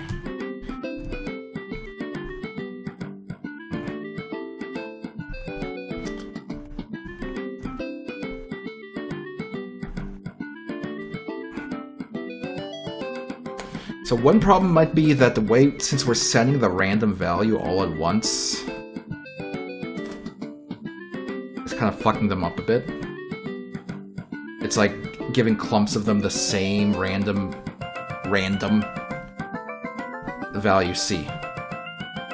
So what if we don't let it go only once? What if we make it so we're also...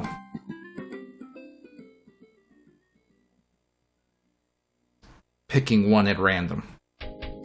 So while they're off screen, they're going to have their value C set randomly.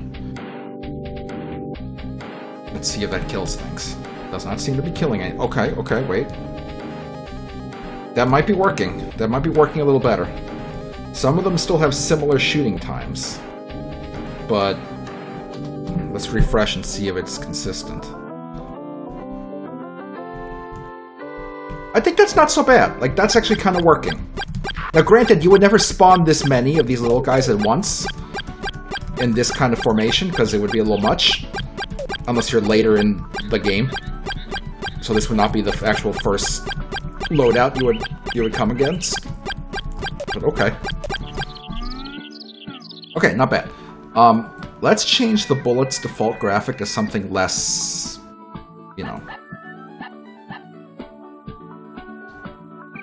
something less. Let's kind of just make it look like a,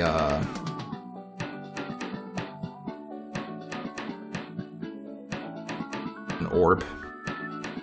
So it kind of looks like there was, like, you know, a blast, and out came the toast. So that way, no matter what anyone shoots, it's gonna look okay.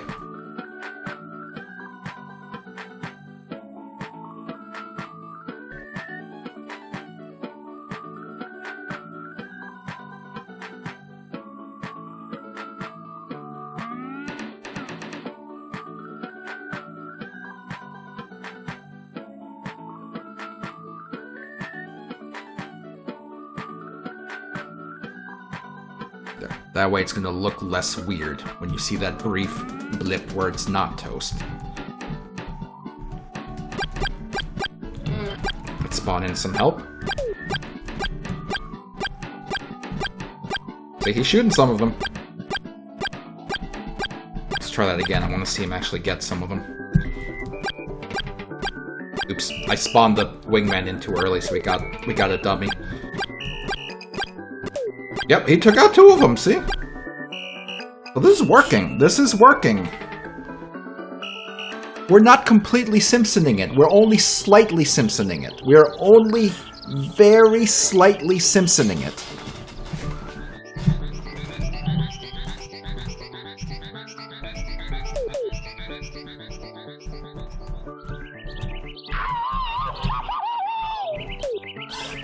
Very slightly Simpsoning it. Small, itty-bitty simp.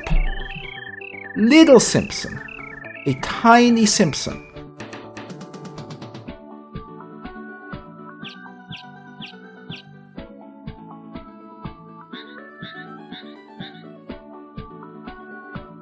Itty-bitty simp.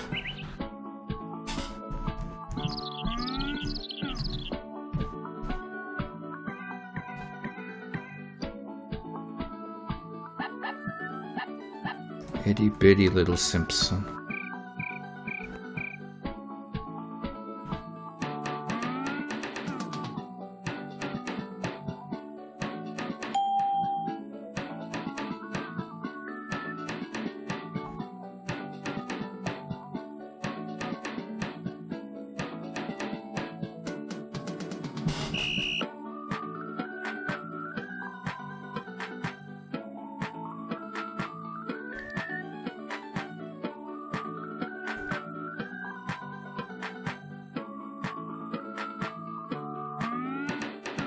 Go.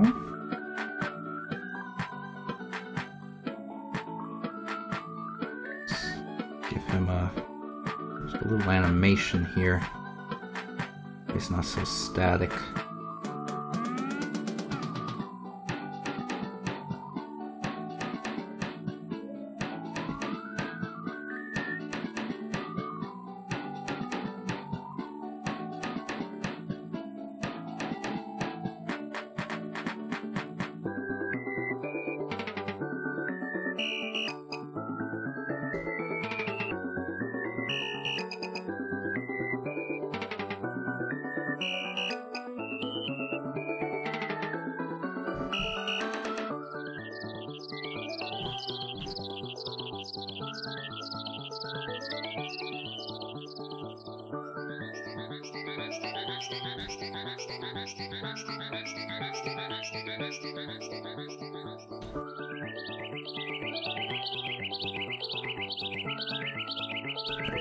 Close fish mouth here on this frame.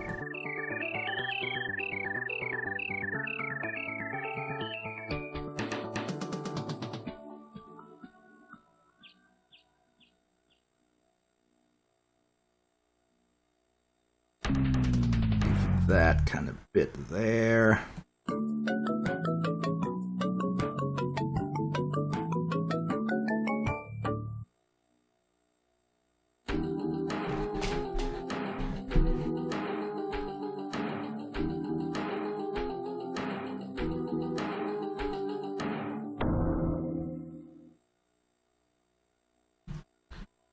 Okay.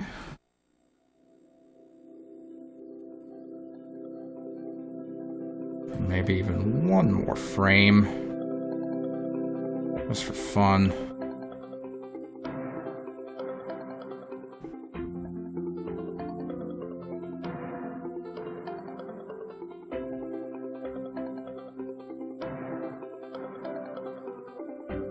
Oops.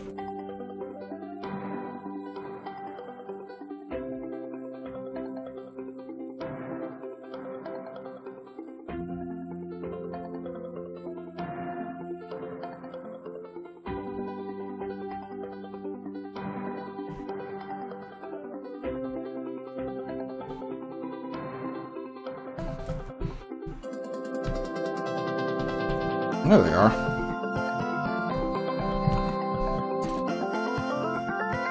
And you know what? We missed an important component of the animation here. Hold on.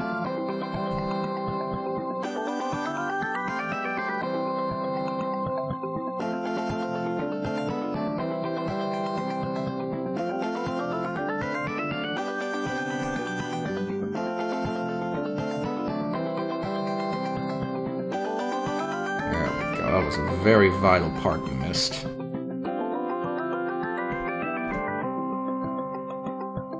don't know how we could have it without the actual, you know, toaster arm going up and down with them. There we go. Fish toasters, shooting toast. For some reason, I don't remember how we came to this conclusion that this was the enemy we needed, but we did. Uh-oh.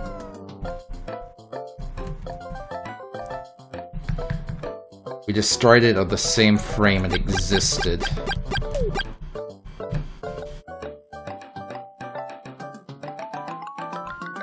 Interesting.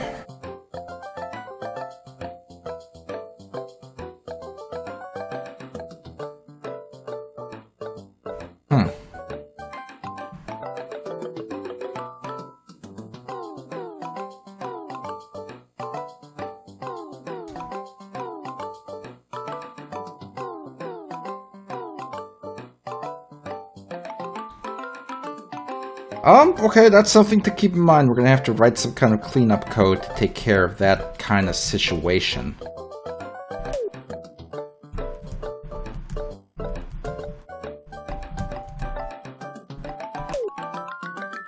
As uncommon as it is, we'll have to have some kind of cleanup code regardless. So, okay, that's not the worst thing to see. That's not the worst thing to see. Either way, I'm very happy with how these guys turned out. They're very good boys, and I'm glad they're here. The explosion should go faster. I feel like it would be potentially a little overpowered if you could fire those bombs off too often.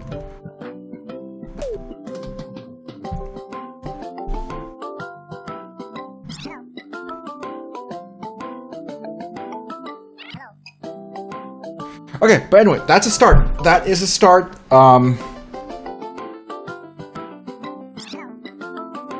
That's a start. We got something done. We did not completely simp it. We got something. The next time, I'm going to assume that next time we're going to continue to ignore the health bar for now. Instead, we're going to actually start setting up how the stage works. So we're going to set up, you know, the timing for the fish to come in.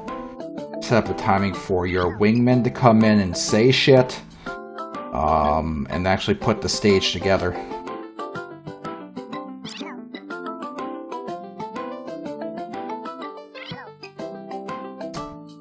So hopefully that goes well somehow. Just really worried about Simpsoning it. I don't want to be stuck on the Arthur for an entire year. Goodbye, stupid. We've had a lot of fun on your crappy computer. Please don't ever come back. There you go. Alright, well once again, I appreciate y'all tuning in. I appreciate y'all watching. It means a lot to me.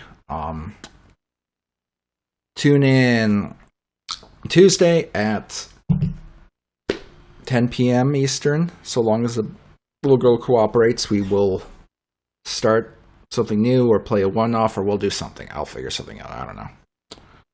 Friday, 9 p.m. Eastern, so long as everything goes good, we will do more Lara Croft in a minecart hell. And then next Saturday, we're going to try our damnedest to not Simpsons this stage. Or damnedest. Now, if you'll excuse me. I have to go clean a bathroom. Thanks for watching.